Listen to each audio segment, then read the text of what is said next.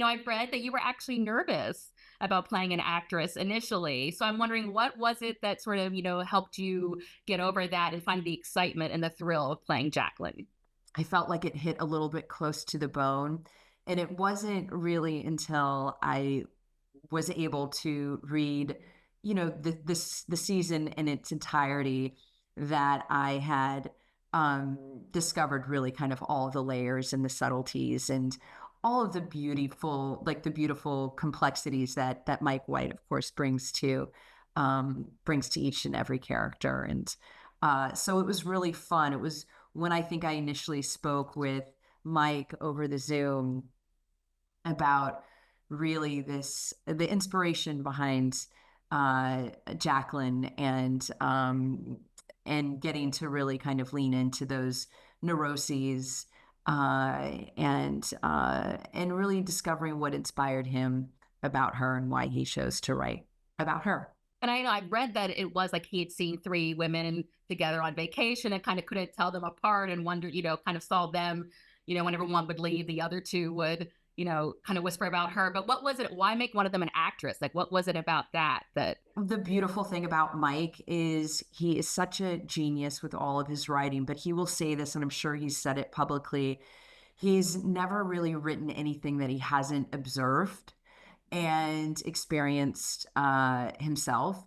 And he's like, I live in Brentwood, I live in LA. And, he's been a part of this industry for such a long time. And I don't think he's written an actor before, as far as a role goes.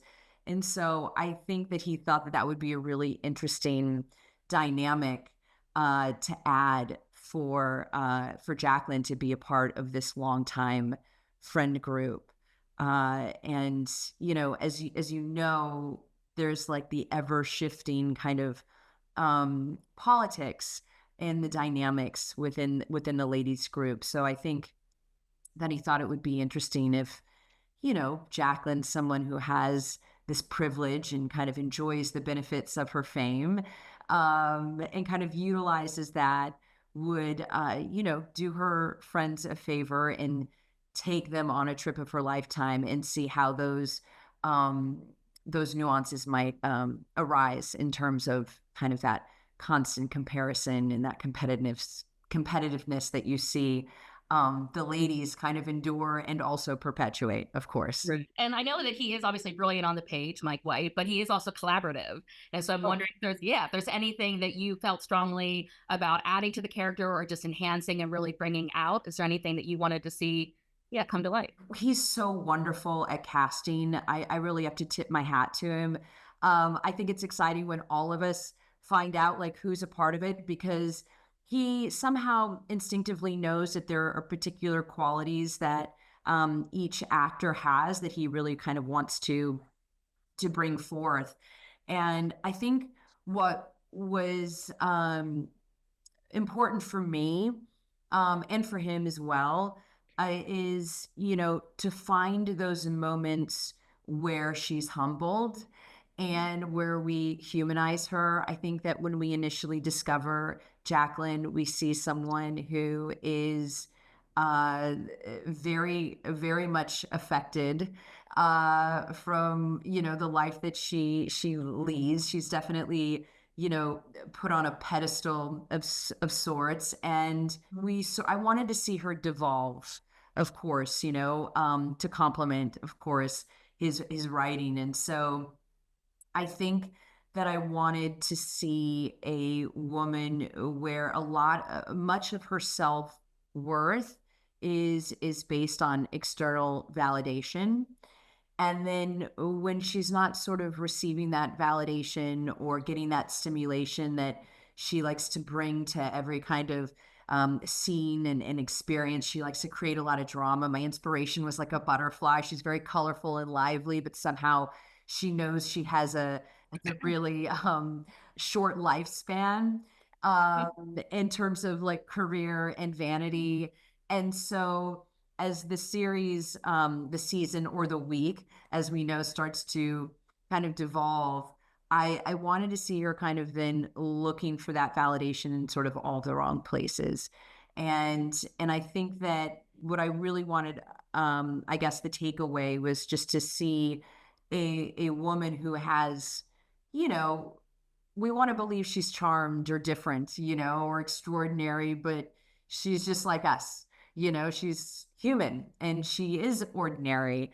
And so I just wanted to make sure that we found those moments of kind of a little bit of self-reflection. Um, and and even though she's probably a great liar or a great actress, she's a terrible liar. And that was something that I really wanted to kind of bring to the table. So I wanted to be, there's that little subtlety of quite like I transparency. think one of the great scenes of that is the Thai New Year celebration, the water battle in the street, which, Yes, one sort of of my like a scene, favorite. yeah, one of like a scene out of Sex in the City almost, that then goes like, horribly wrong and so funny. And it was a purposeful that Jacqueline is kind of like out in front, kind of like leaving the two of them behind. Like, was that something that was purposeful when filming or just sort of happened as, I think it may have happened. I mean, I think Mike wrote it with the intention of, again, she's not getting what she wants, out of this detox experience. She's also clearly has not a great foundation at home for whatever reason. That's all a little bit vague. And Mike and I kind of wanted to keep that vague. Um, so we don't quite know what's going on with the husband. We don't even know what show she stars in. right? That was going to be one of my questions, but okay. Yeah, so I think for her, she takes the lead and she's like, ladies, we are leaving the hotel. And that happens to be one of my favorite sequences. I think it's really funny. I think it's really kind of cliche in that moment where we see the actress really being kind of the actress. And I think that's really fun for audiences. And then, of course, we see the juxtaposition of that and how that really changes in the ramifications of some of those choices. She probably should have just stayed at the detox. Right. She should have stayed at the White Lotus. But that was a really fun sequence, which of course we shot over the entirety of like, 7 months basically. Yeah, and is it like, what is filming the actual water battle? Is that just like you film it, you're getting drenched, you go back, you dry off, you do it again, or how You long know does what? that We take? we we pretty much we try to maintain, that initial just kind of arriving. We just kind of try to hit the body a little bit, not too much of the hair. But I will say with the temperatures, we were just like, get us drenched, get us drenched. It was so hot. And it was a great fun sequence. And obviously something that is a tradition in Thailand. And so for us to be able to kind of experience that was really special in the show. I mean, one of the things that you sort of wanted to explore also was, I mean, why do women endure these kind of, quote unquote toxic relationships or perpetuate it? And I think it all, comes down to their final dinner together and that really amazing scene. I wonder if you could take me through sort of the filming of that and where the I love yous and the laughter at the end, like the laughter through tears, almost felt unscripted. Like, I don't know if it was scripted, but if it wasn't, or if it was scripted, it's a tribute to you all that you made it feel. Well, I'll say, that was such a special scene for, I think, Mike, of course, and it was kind of that come to Jesus moment, so to speak, for the women to sit down and have that conversation. And I think for Jacqueline, at that point, I don't know how sincere she was being in that moment, of course, with her speech. She's like, I've just been so happy this Yeah. whole week. And I think she's already put the veil back up. She's kind of has some shame for her, or that she's somehow, the ladies have felt that she's betrayed her. And she was naughty. I don't think she was intentional or malicious in her actions, but she was definitely mischievous and naughty. And I think she underestimated how much that would hurt Lori. And so I think she's just trying to be on her best, in her good graces. And I think it takes Lori's radical honesty and vulnerability in that scene that kind of breaks that wall down for all three ladies. And it ends up being such a cathartic scene. and the great Carrie Coon, of course, with that beautiful monologue, um, just allows for all of us to be real. And in that moment, it's true. The I love yous were unscripted, but we felt it so much so. And by that time, we'd already had been together. We bonded so much as people, of course, as actors from this shared immersive, ever so immersive experience, that when we got to hear her say that, and you have to understand also on in Mike's process, you know, you don't really rehearse. You just kind of rock up and you say your lines. And so we were stunned at the performance and the vulnerability. And so the more we got into it and we got to witness and be good listeners, it just felt very natural for us to have that very authentic moment together. I also read that the three of you started a group chat right after you got cast, and you were sharing old sort of photos of yourselves. How did that help build the history that we, especially that is sort of the point of that scene, is that we have this history. Time makes this meaningful, the years we spent together. So I think it's just so incredible that you all thought of that right away to like start building that. So yeah, how did it bring history and I think one of the things firstly to name is the fact that we didn't take for granted how fortunate we were to be three women working together in a film. I've been in this industry for over 20 years. You know that.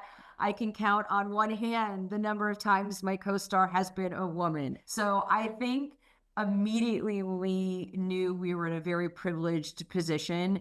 And, you know, the three of us have been working a long time. And so we really respect the process. We understand how integral prep is. And we wanted to start that bond immediately. And I think it was, I don't know which one of us sort of said, "Hey, what did you would show me your best 10-year-old picture, you know, whatever it is." And immediately we kind of like dug up some pictures and we started texting, and we started sharing kind of like, I don't know, maybe questions of like, when was your first kiss? When was this, you know? And we just started to have that dialogue, and it was really fun and really helpful because I felt like I had already known sort of these women before we even got to meet. I'd never met Carrie. Leslie, I had met 10 years ago in passing at an event. And so when we got to Thailand, the three of us, our storyline kicked off production. The three of us spent a lot of time together just bonding actually over water aerobics, believe it or not. Leslie's a very good water aerobics instructor. And so we would run lines and just talk and gossip and do the things that we were all meant to do, to kind of build that dynamic. And it was just a beautiful process. And we kind of kept that going throughout our entire experience. And you mentioned, obviously, yeah, like a 25-year career. This is a time where you're in the zeitgeist with this kind of show. People are so invested that that's sort of been a new experience to go on for like, 2 months or however long it's been. Like, what was the scene that most people wanted to talk to you about? You know, was it the Trump scene? I know that was a really fun scene with a lot of unspoken, glances going back and forth. Is that the thing they bring up the most, or what has been something that's come up a lot? I think I would say specifically the Trump scene. You know, I think that was something, I don't even know what episode it was, but it was 3, and I think people really started to kind of lock in with these women in this specific storyline. And I think, you know, a testament to Mike. Listen, he wrote something that he didn't even know was actually going to be incredibly relevant. And I think that was a conversation that a lot of people are having around their kitchen tables, their dinner tables, throughout the country, throughout the world. And, you know, that's the beauty of him. He knows how to tap into political and social commentary. I also think that was a very special scene, not just because of the subject matter, but it really highlights also what Mike White does so well, which he allows his actors to really live in the moment in a nonverbal way. And I think that's where all of the actors shine. You know, I don't know if a lot of directors allow their actors to hold space like that. And there was a lot of pregnant pauses and looks that felt very authentic to that conversation. And I think people were kind of having a holy shit moment with that. So it was nice to see how it affected audiences. And I feel like from that moment on, I think audiences became really invested in the storyline for the ladies, and we're very curious about how that was going to unfold. And I think Leslie has said just from the first scene that you all shot together that everyone's so used to, we have pages to get through. We need to make the scene go fast. And Mike was like, hey, yeah, take your time. Like, he likes the Yeah. silence. He likes the silences. So yeah, just how freeing was that? And Oh, do you think that it brought out layers in your performance that maybe wouldn't have been otherwise? absolutely, absolutely. I think, gosh, there's so much I can say about Mike. I adore him so much, but yeah, I mean, he has so many great words, there's so many great words. And then yet he just is he's such a keen observer of people. And the other quality, front and center for him, is he's an empath, and he likes to feel the dialogue. He likes to feel the tension. And, because he is that person, you just have that inherent permission from him. And, by the time you start working and he sees sort of the qualities that you're bringing to the table as a performer, um, he can fine tune you. He just understands the range. And he's quite happy for you to then, he's also an actor. So it's so important to me, obviously, to serve any kind of material, but he has such a specific tone. So if I felt like at some point I wasn't like getting a line, or I was just off by like a percentage, I'd be like, just give me a line read, and he would kind of just give me a sense of kind of what direction you wanted it to go. And, he's an actor, so, he gets it, and it's not offensive. And then you kind of nail it. And then, at some point he just goes, oh, just do what Jacqueline would do, which is like, oh, wow, that essentially means that, you know, you've embodied the role, and then you can just really let loose and have a lot of fun. And it's very rewarding to hear him, laugh. I'm sure you've heard many people say if you could hear his cackle, it's more gratifying than it probably should be. But but it's such great fun working with him because he brings a lot of joy to set for each and every single person. It takes a lot of energy, and it's a very fun experience. And just to sort of wrap up here, I wanted to ask about the last scene that we see of the ladies. They're on the boat leaving the White Lotus kind of huddled together, Jacqueline in the center. They're talking. We don't hear what they're saying. I mean, I'm just thinking, is it about the shooting? Is it about, it almost looks like, Jacqueline is sort of the most upset. Like, in your mind, what was going on in that moment? Yeah, I think that he wanted, I think in that moment, I think he really wanted for us to feel like we're together. Jacqueline was